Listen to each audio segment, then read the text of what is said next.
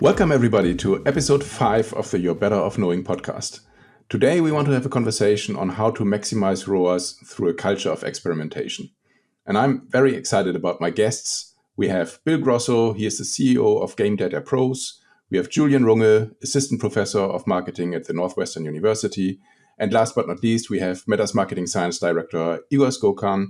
He was already contributing to our first ever episode last year, and we all know him as Iggy. So let's start with a quick round of intros. Bill, maybe you can go first and give us a short intro about you and Game Data Pros. First and foremost, thank you for having me on. This is an exciting podcast, and I'm excited as well. Game Data Pros is a company we've been around for about 5 years. We essentially help large-scale game companies, ones with significant data, figure out how to optimize revenue. That includes in-game activities, live ops, and most importantly, as it turns out, user acquisition. And so over the past 3 years, we've been on a journey where we've been focusing heavily on MMMs, we've been focusing heavily on attribution, and we've been focusing heavily on how exactly you optimize the marketing mix inside a video game. And that's, led to this conversation today. So again, excited to be here. Brilliant. Really looking forward to your insights. Julian, do you want to go next? Sure. I'm also excited to be here. So where do I start? I'm trained as an economist originally, then built the analytics and data science team for a gaming startup that grew to be about 350 people and millions in MAU, and then did a PhD in quantitative marketing. That took me to Stanford University. After finishing the PhD, actually went to Facebook, worked there for 2 years as a researcher on the ads research team, and then found my way into academia through Duke University, Northeastern University, and now I'm at Medill School of Journalism, Media, and Integrated Marketing Communications at Northwestern University. And yeah, my research is still very much using game data. I'm also a scientific advisor to Game Data Pros, and we collaborate on experiments and the likes. So yeah, glad to be here. Exciting. Yeah, and of course we have Iggy. Iggy, please introduce yourself. Thank you, Torsten, and really excited to be here again and share the podcast with Bill and Julian. So I'm a director of marketing science here at Meta, and I work with some of our largest global agencies, our global marketers. My academic background is in maths, and prior to joining Meta, I was at various analytical roles at Omnicom Media Group in Dubai, London, Prague, and other places. My research and expertise really lies in the different facets of marketing effectiveness, with a particular focus on modern MMMs, holistic attribution, experimentation, and open source, and how all of these things come together. I'm really glad to be here. Thanks for coming. And yeah, let's get this started. So this episode is about how to build and implement a culture of experimentation in companies. And the three of you actually recently co-authored 2 AdExchanger articles on the relevance of experimentation, why marketers sometimes avoid true experimentation, and how they could embrace it. But before we dive into the relevance and the challenges in particular, maybe let's clarify first what we mean by experimentation. So maybe starting with Julian as a professor, how would you define it? Yeah, thank you for that question. Always important to know what we're actually talking about. So, experimentation in marketing, what is that? I think in a broad definition, it's actually pretty much about intentionally designed interventions with the goal to measure more generally, right? Under this definition, even like target introduction of variation in spend or allocations or other strategic and tactical decisions that are done for measurement purposes would be part of experimentation. So for example, this could mean introducing random variation in per period spend for a channel just to facilitate identification of incremental effects. Or in an extreme scenario, it could even be about going dark on a certain channel or geolocation. So stopping all marketing activity there to measure the impact that has. In a somewhat narrow definition, I'd say experimentation is about specifically designed tests that have some notion of a treatment and control group. So we want to use treatment control to measure treatment effects.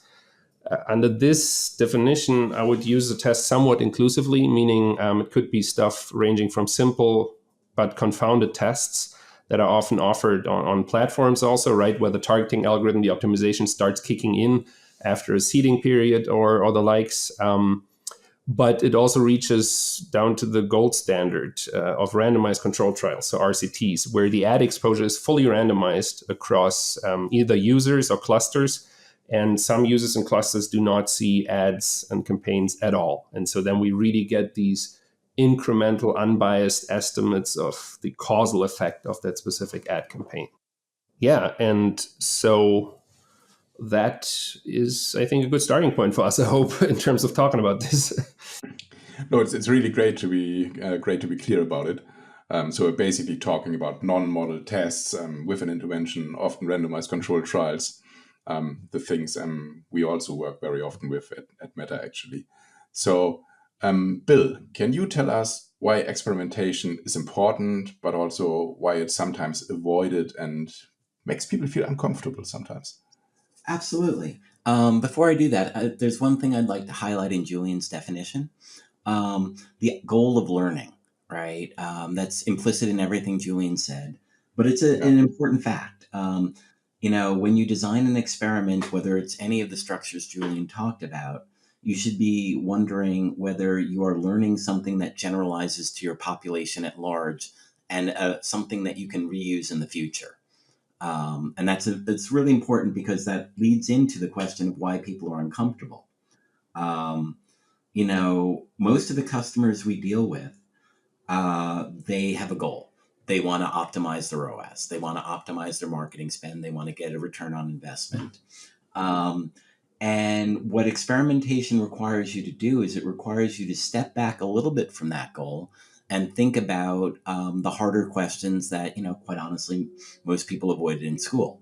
Iggy and I went, for a math background, but, a lot of people were uncomfortable in their second statistics course. So when you say we're going to design, we're going to talk about the structure of experiments, we're going to talk about whether the population in the experiment is representative of the population at large, things like that, that becomes harder. And there are always confounders, as Julian mentioned. And so there's a certain degree of, I'm uncomfortable with the math and I'm uncomfortable with the fact that I don't achieve certainty. And then also, as an executive, I'm used to conceptualizing my job as making decisions to move the company forward, not about doing a learning path, not about sort of like building a structure that enables the company to learn. That's not really how executives think of their job. And so from that perspective, there are a lot of minor reasons that when you articulate them sound a little bit shaky, right?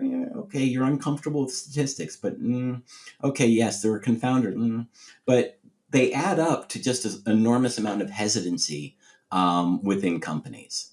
You're doing something that's uncertain. You're doing something that you're not sure you're doing it right. You're doing something that doesn't have a short-term payoff necessarily because it's about learning for the future. And especially, Julian and I work a lot together in the video game context, right? Video games have very short payoffs. You're not going to sit there and say, what can we learn so that our 2026 ROAS is as optimal as possible? Your motivation is much more short term. Can you afford to do this learning is an important question. So those are some of the factors. Yeah, it makes a lot of sense. And it might be obvious, but why is it so relevant to do it anyway? Within the video game context? In the video game and broader, both. Well, I mean, so in general, there's this quote that everyone does from Wanamaker: "Half my marketing spend is wasted. I sure wish I knew which half." Right? That's as true in video games as anywhere else. And it's sort of really interesting because, again, focusing down to the marketing question, we recently wrote a deck on attribution for a prominent video game company. And one of the really nice moments is in the modern video game universe, you can go on LinkedIn and you can find world-class experts in attribution who say things like, okay, so using Apple's scan framework, which is sort of on iOS, the definitive notion of attribution, I had 470 attributed users. using Apple's special purpose pages in the App Store that you use for experimentation, I had 570 installs. Okay, but now I'm using an MMP, a mobile measurement partner, and they're using a more expansive notion of attribution, and they said 1100. Now I looked at the app referrer, which is an even more expansive notion of attribution, and it said 2100.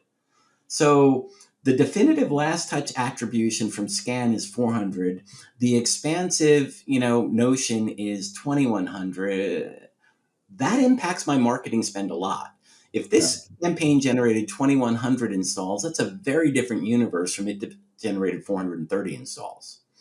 And there was a very nice podcast by Singular that was hosted by John Cottier, where he basically began by saying, so should we all give up on knowing whether our marketing works? And the answer is no. You should not give up on knowing whether your marketing works. You should, instead of just taking these numbers and shrugging, you should say, how do I design a set of experiments that lets me narrow this down? Maybe I can't get to a precise number, but the range is not 400 to 2100. And that's why it's important, right? I mean, we're talking billions of dollars of spend with a range of 7x in effectiveness. Yeah, that makes perfect sense. Iggy, Julian, do you want to add anything on relevance or challenges? Yeah, I would say what we see often with advertisers and agencies is that there is a lot of testing, and testing has become much more prevalent over the last couple of years. But it's often the next step of how do you move from testing, and there's a lot of energy going into testing. There's a lot of energy going into like single cell testing. But how do we actually then make the step from testing to learning, and how do we maybe divert some of that energy that is expended on testing into multi-cell test, into learning, into comparison, into into testing hypotheses, which is a very different thing. So what I would add to Julian's definition is that what is the goal of the measurement? So the goal of the measurement could be, say, for evaluation, and you just want to understand incrementality, or you just want to understand the attribution, depends on what you're doing. Or is it for optimization? Is it for learning? Is it to actually compare BAU or business as usual versus whatever new strategy that you're considering? And this is where the magic happens, and this is where the learning happens, and this is where some of these tests are actually so important. Yeah, and relatedly, I think it also just forces you to be rigorous, right? Like experimentation, I think, is a forcing function to disrupt routines, require people to build new knowledge, and really embrace like precision in measurement. I think that's also where it's quite important. Yeah, that makes sense. Thank you very much. And I mean, of course, I agree to the relevance and what you said, Bill. I'm a marketing scientist after all. But I can also confirm that we are seeing a lot of the challenges when implementing experiments in our daily work with advertisers and agencies. And I think one crucial point in adopting experimentation broadly is having the right culture in the company, but also the right organization. So maybe, Bill, from your experience, what kind of people do we need and what's required from leadership and C-level? Yeah, I mean that's a great question. A lot of places we've seen that have tried to implement experimentation, they sort of begin at the grassroots. They hire a couple of data scientists. They start talking about, we're going to experiment, validate things.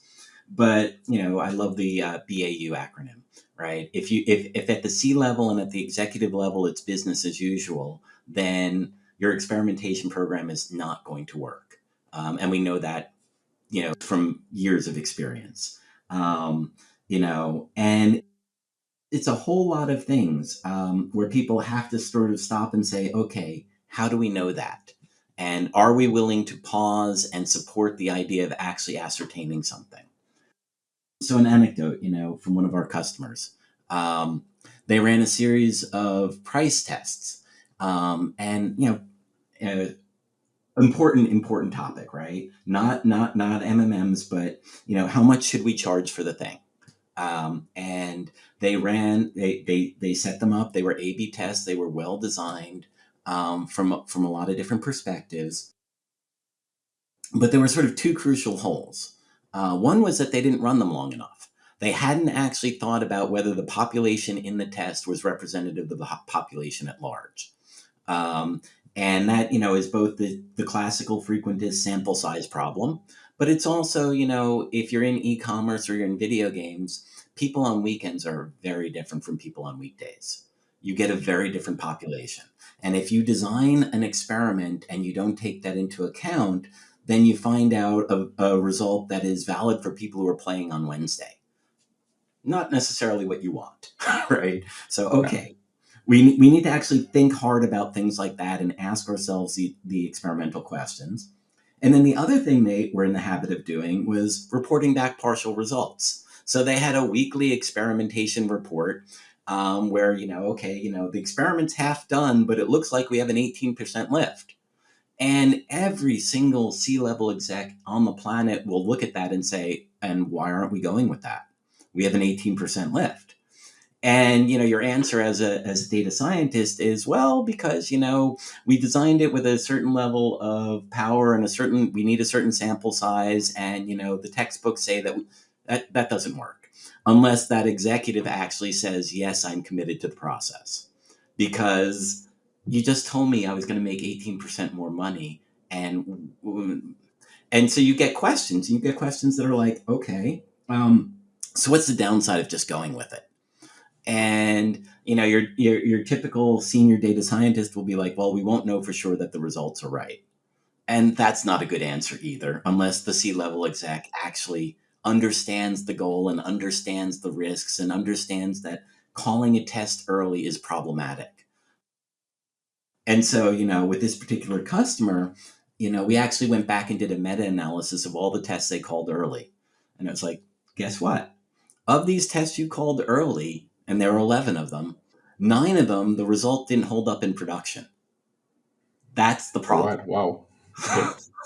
and they went, oh, so we shouldn't call the test early. And I said, no, you should not. But it's an education process, and it's a willingness to learn on the part of the C-suite, and it's a willingness to make the commitment. And it often requires some very tough conversations. I did not relish going into that meeting and going, okay, so this meeting is about how everything they did was wrong. It's a very uncomfortable position for a vendor to be in. Yeah. But nonetheless necessary. And so going back to your question, a willingness on the part of the C-suite to support the experimentation process, a willingness on the part of everyone involved to, think hard about whether they're learning something of value. Those are key. And those are organizational change. Those are significant, changes in organization. And often it requires that, hey, of those 11 experiments you called early, 9 out of the 11 didn't actually evidence a lift in production. So given that, maybe we need to change things a little bit. Yeah. So it's also about an appetite to really know what you might have done wrong, because you can do it better in the future, and that will be good for you, right? Exactly. So I hope we have some CEOs listening here to get inspired on that as well. Julian, Iggy, anything you'd like to add on that? No, I think I would agree with everything Bill said. Executive endorsement is crucial, because only with that, I think you can also achieve cross-functional alignment, right? Sometimes you really need to break down silos between different analytics groups, between the central analytics group and tactical groups that work directly with media, etc. Having a culture of curiosity where failing is okay can be pretty important, I think.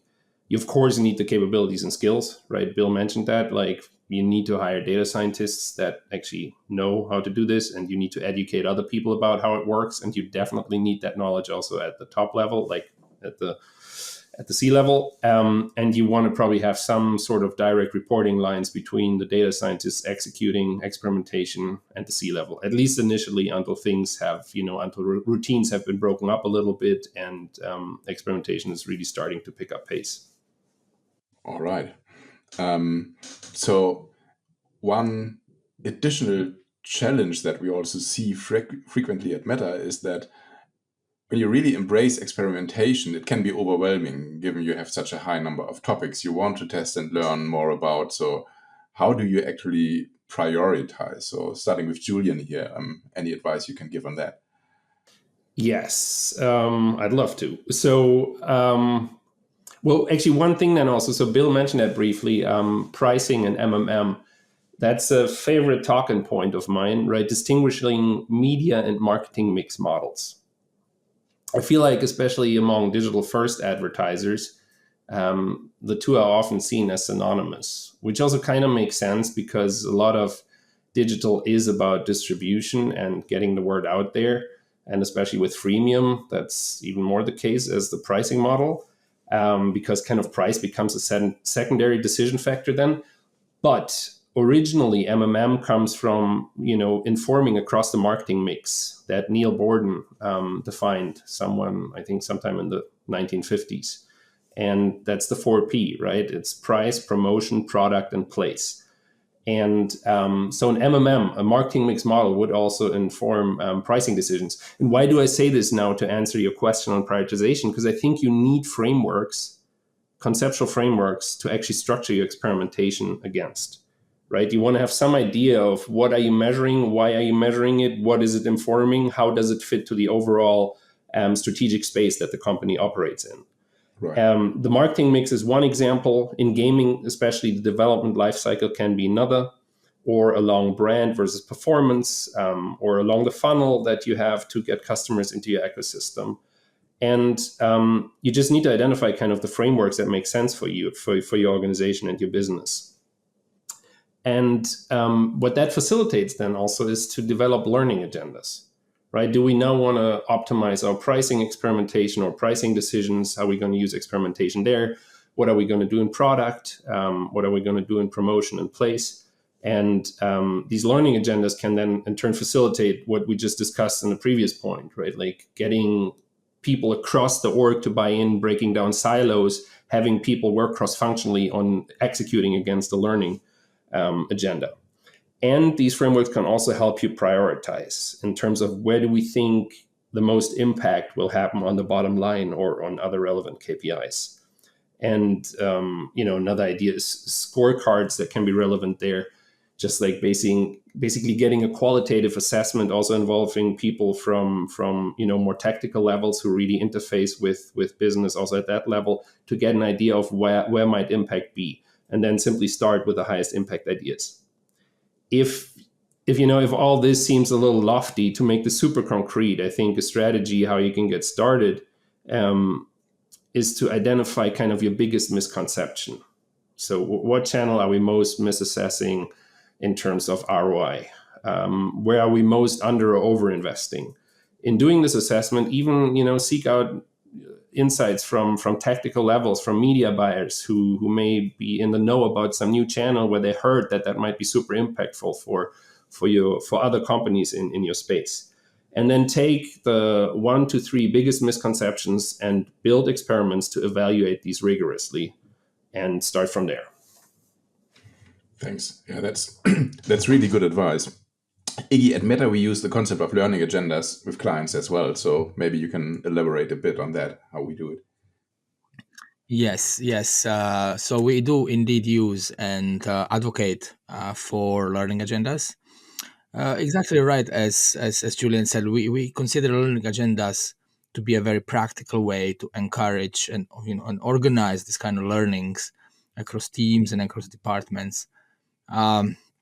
And it is a sort of commitment to a shared program, across the entire company, right? So the way how we actually generally encourage advertisers to start with is to think about the hypothesis, the question, and identifying what are the sort of business goals that we are trying to influence, what are our measures of success, and then what are sort of key levers that we can pull to test and to drive performance. And so these levers, so these are the components of a campaign that we can replicate going forward, which we understand if they are driving our performance. So for Meta, for example, this could be audience, bid type, advantage plus suite, creative, creative consolidation, automatic placements, things that we can control and adjust.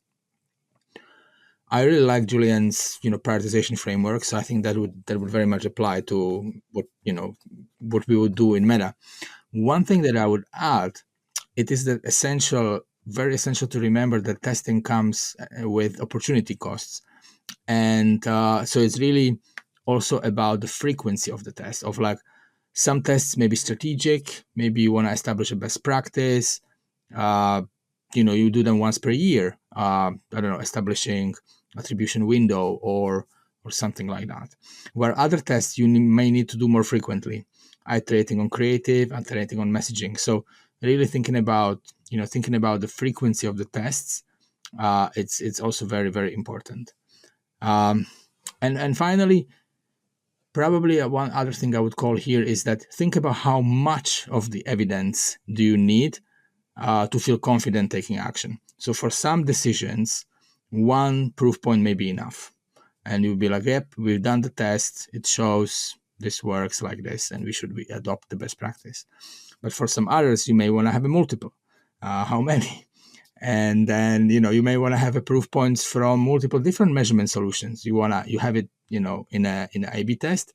Maybe you want to also multi-cell conversion lift to reconfirm, or you want to see this in your MMM or MTA. So really thinking about how, which solution and what's the speed to insight, what's, the cost and the budget that I have at hand, what's the kind of skills that I have, and then, baking that into the prioritization as well. Yeah, I love Julian's answer and I love Iggy's answer, and those were all important points. Implicit in all of those was an idea of risk. And it's important to foreground that, especially given the previous question about culture. One of the ways in which you start experimentation is by identifying areas that are essentially proxies for important areas or proxies for big gains that you can test at low risk. And so when you say opportunity cost, nobody or very few companies are willing to radically change their US marketing spend during the holiday season in order to gain knowledge. No, just no. The cost is too high or the risk is too high but okay, I'll do it in Canada, and maybe I'll do it, over Canada Day, not over, Christmas. So the question is, when you start thinking about this and you start thinking about where your biggest misconceptions are, and that's a great framework, or you start thinking about how can I gather evidence towards a large scale change and a big win, the way you start gathering evidence is by finding a small win, which is relatively low risk.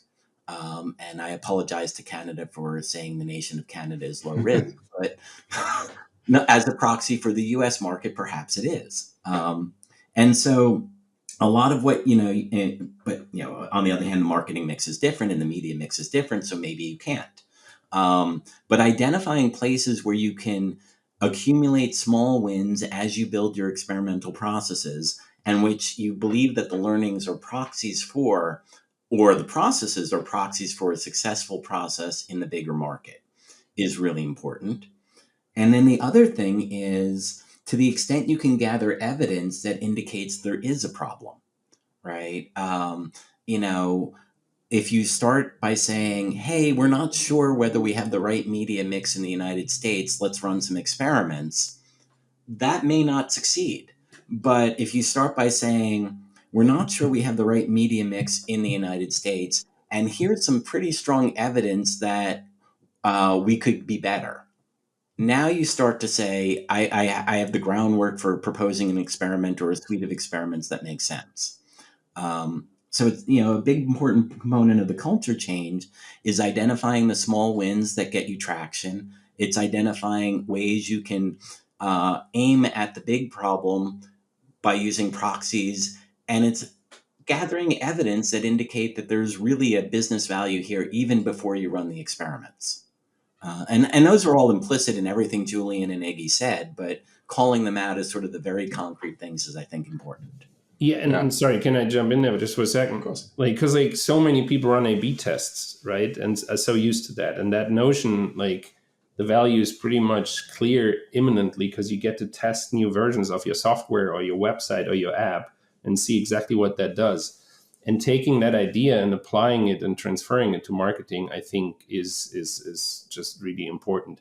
And to place a tiny little plug here, I wrote an article for Eppo's Outperform learning platform, where I talk about how gaming companies can adopt experimentation, and they actually kind of marry the marketing mix to the game development lifecycle, and then sketch out how companies or executives or leaders of a game studio can think about adopting experimentation across these different cells, basically, that we get on this matrix.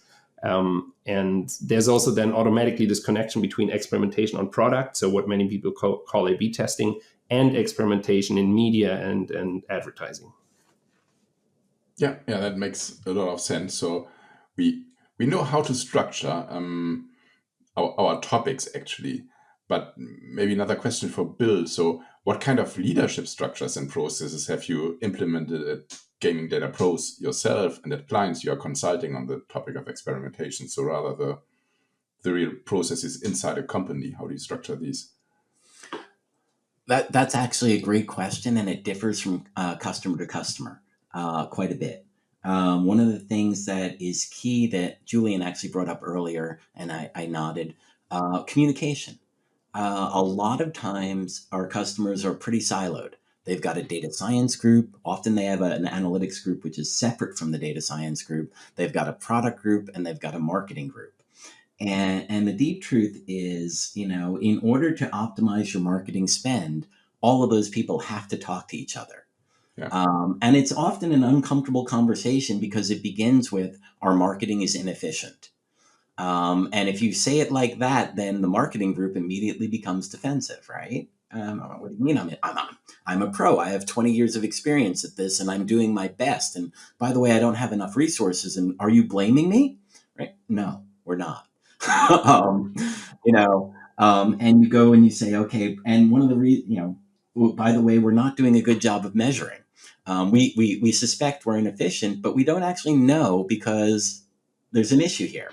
And, we need a good proxy measurement because marketing is trying to derive LTV, but LTV can take years to realize. And we need to, tune our marketing campaigns on a weekly or daily basis with respect to a 3-year value on the customer. Wait, what? How do I do that? Well, that's hard too. And so there's all these things you have to do. And it requires a lot of communication and a lot of willingness to say we can be better. And so we often lead with I am world-class at asking stupid questions. But it's also an important thing because if I sit there in a meeting and I say, oh, yeah, I didn't understand that, it kind of gives everybody permission to say, yeah, me neither.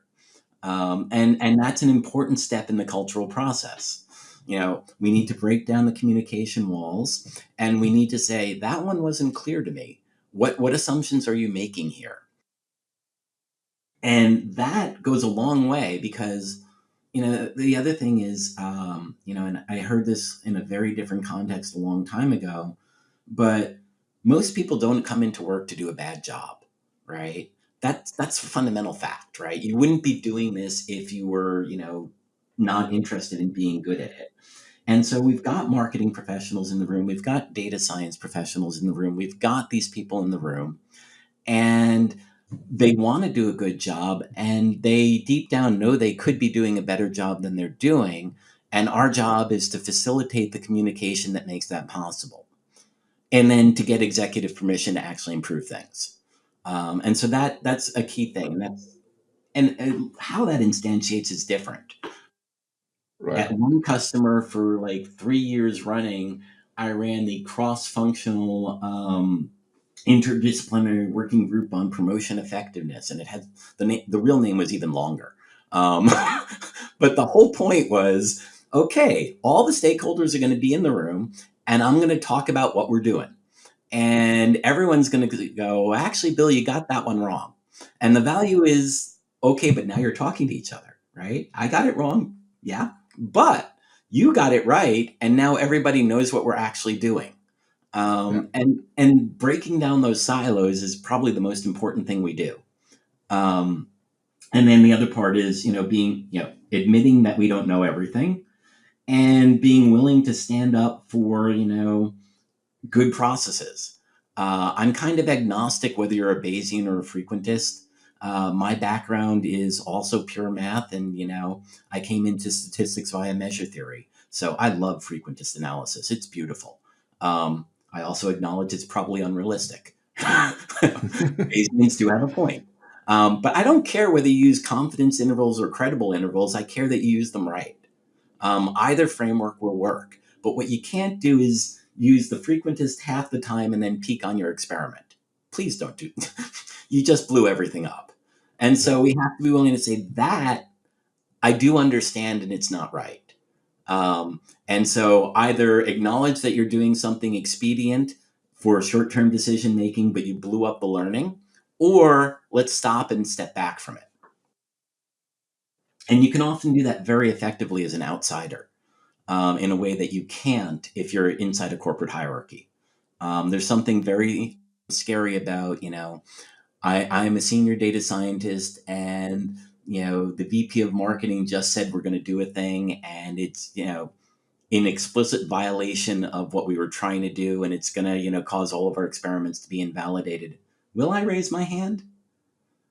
Wow, that's hard, right? And so, part of the culture change is also making that possible. Yeah, and I'd love to add one thing. That's again like kind of maybe more common in the area of A/B testing and product experimentation, but I think is an idea in terms of processes that we could also bring more to marketing and advertising experiments. It's the idea of knowledge repositories, right? Like of a centralized store of all the experiments that have been run with like, what is the motivation? What are our hypotheses? What did we learn? What were the impacted KPIs?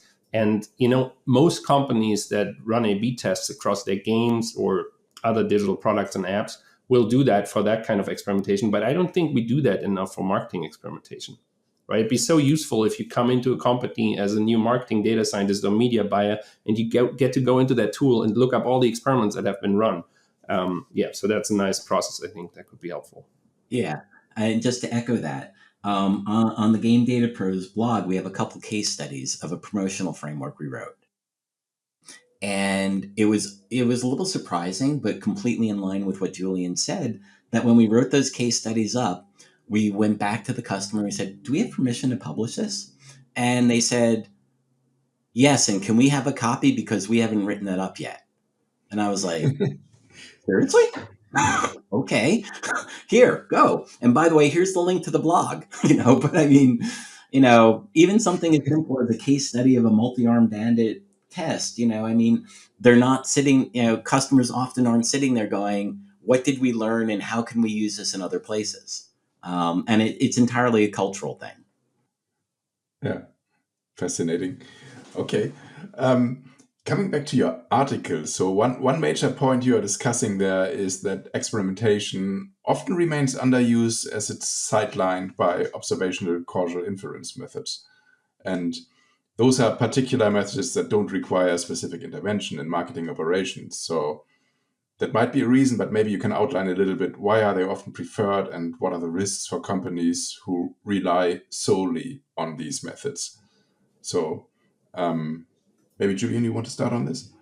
Sure, sounds good. I mean, it's pretty straightforward why they're preferred often, because they're observational, right? So you don't need to specifically intervene. You can try to work with a variation that is already in the data and estimate from these models. So you don't need to coordinate intervening in different media and so on, which is also pretty hard in marketing and advertising because you need to normally work with third parties or with other companies to get that done.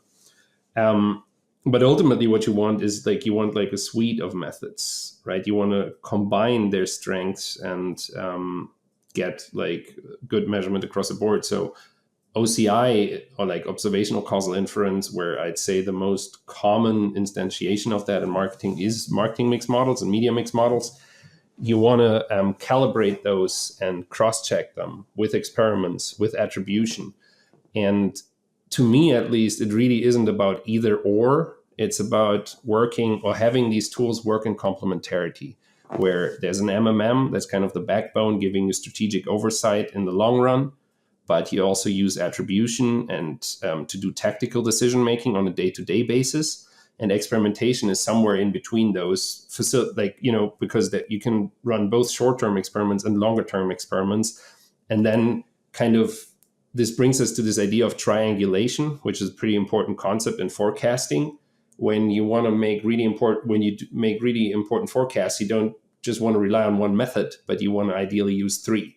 If all three kind of agree, you know you're in a decent spot. If two agree, one is off, you probably want to understand what's going on. And if all three tell you different things, you know you have a problem. So yeah, this is how I would come at this.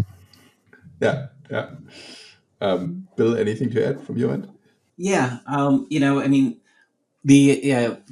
Julian's been doing media mix models and marketing mix models a lot longer than I have. And the acronym OCI was actually a little bit new to me. But one of the genesis points for the series of articles, starting with the mobile dev memo one, was me noticing a pattern, which is there was this absolutely brilliant article saying you couldn't recover price elasticity from cash register data.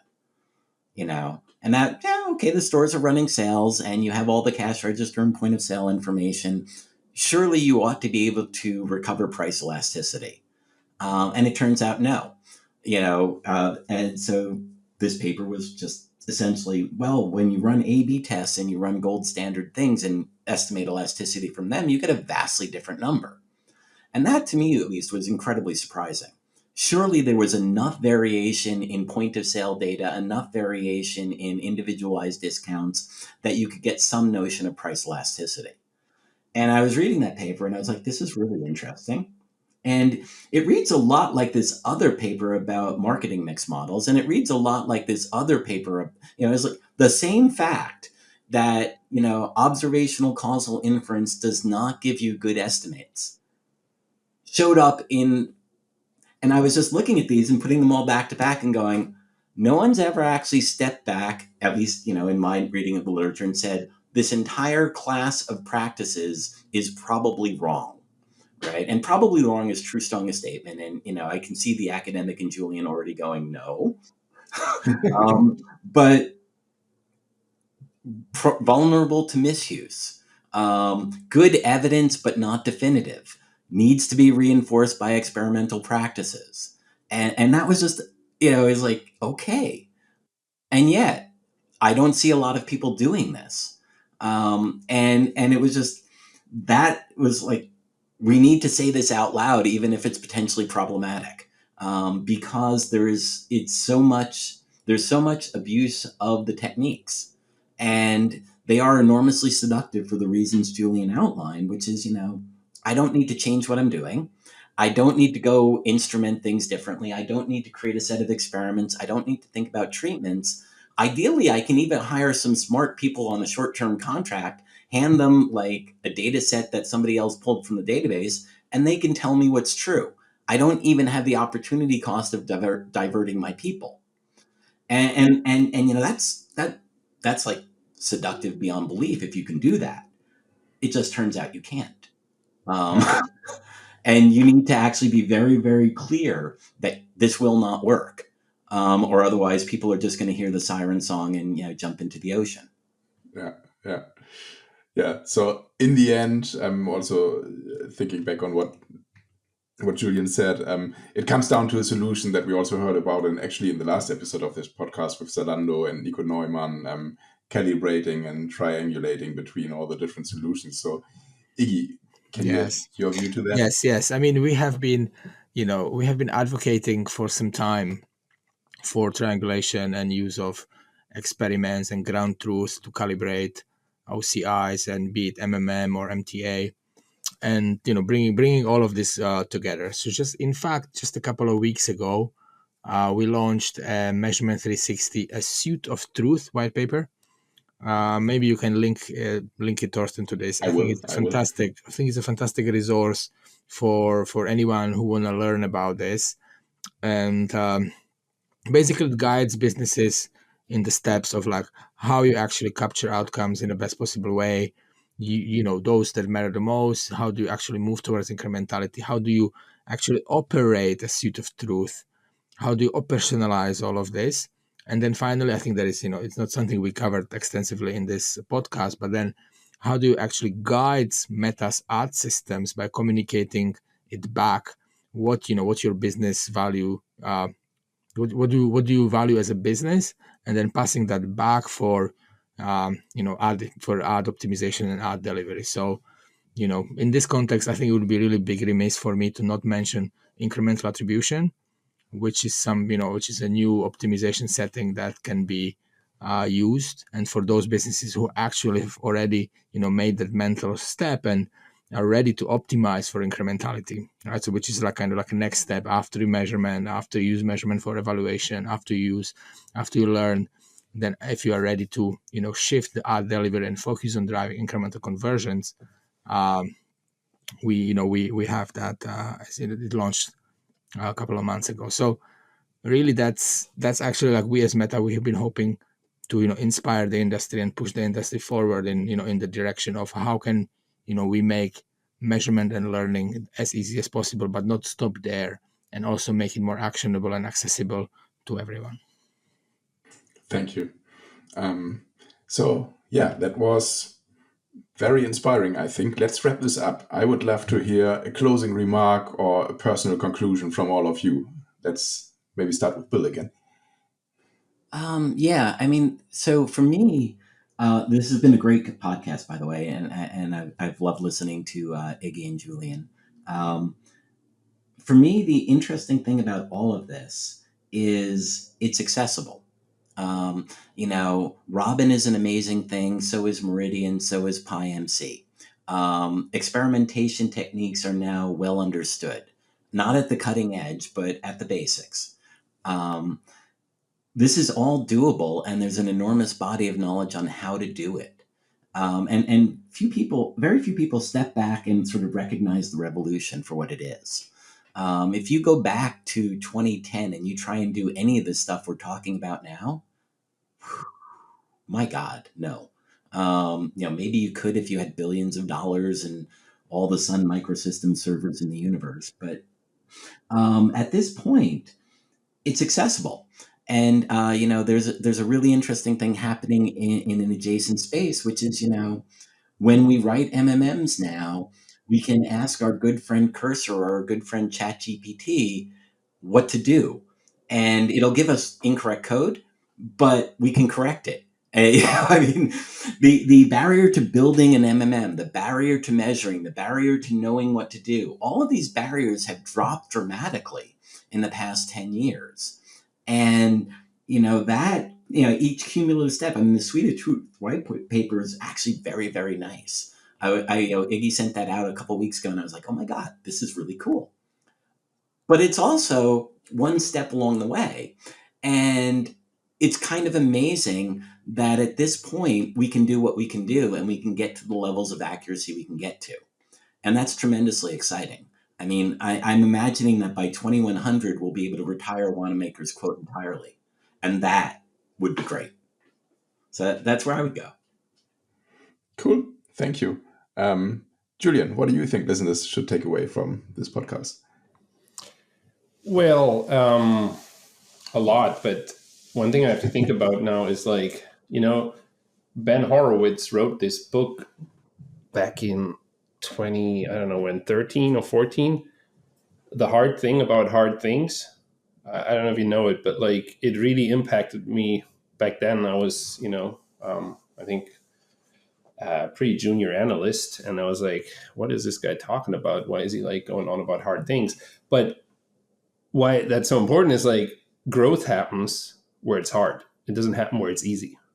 And I think in that way, I'd also encourage people to think that way about experimentation, especially in marketing and advertising. It's a little hard because, as we discussed, it often requires alignment with external stakeholders, working with their tools, a lot of coordination to get the design set up in the right way, to cross-check it, to triple-check it, because of that multi-stakeholder environment. It also requires, on top of that, the right internal structures that we discussed, right? Capabilities, skills, education, reporting lines, executive endorsement, etc. And, I think that's why people shy away from it. But I think this is also where you can really grow as an organization, even if the initial experiments or even for some time aren't delivering breakthrough insights. Setting up all these processes and kickstarting that effort, I think, is going to be quite valuable, and where growth is and opportunity are happening. Brilliant. Thank you. Iggy, let's add your point of view. Yes. I would say three things. First one is ask the right questions. Like, start there, ask the right questions. And a learning agenda is a great way to actually organize yourself practically and overcome some of these organizational silos and focus everyone on learning. So get one of those in place where, make sure there is one exists for your department, and then maybe cross department, and then maybe it's, it can be the entire company. Second thing I would say is that whatever tools do you use today, take actions that can, deepen your understanding of marketing effectiveness and understand the pros and cons and the trade-offs that you operate on each of these tools, like when it comes to speed, when it comes to coverage, what actually measures educate yourself. And you can think of the, experiments, as we said, as like, the top approach, or like randomized experiments are the most accurate, but they are not, the end all be all. In some cases, they might not be possible, or, you have to use other methods. So again, think about like how to actually combine it all together. Think about the calibration, validation, but do know that the true accuracy you're going to get from these ground truth experiments and all the other methods should be calibrated by incrementality and calibrated by experiments. And then finally, think about actionability. Think about like what happens then. Like, how do you actually then make actions? How do you actually use some of these learnings and make changes to your day-to-day? And in that space, think about automation. Think about how some of those latest AI-driven platforms can work in harmony with your business objective. How can you actually use your inputs from your measurement systems to guide the art systems and kind of like utilize the full potential of measurement beyond measuring and learning into, and that's where real magic starts to happen. When measurement and optimization become aligned to your core business goals, you create a really powerful feedback loop, and that will drive continuous improvement and drive, increase in advertising performance. And that's, I think, where we would like you to get to. Cool. Yeah, thank you very much, everyone. I hope we could inspire our audience and provide some insights into how to form an organization based on true science and experimentation, how to prioritize, how to build structure. So thank you, Bill. Thank you, Julian. Thank you, Iggy, for all your insights and guidance. And of course, thank you to all our listeners for tuning in. As always, if you found it helpful and inspiring, please subscribe, share, and stay tuned for the next episodes. Bye.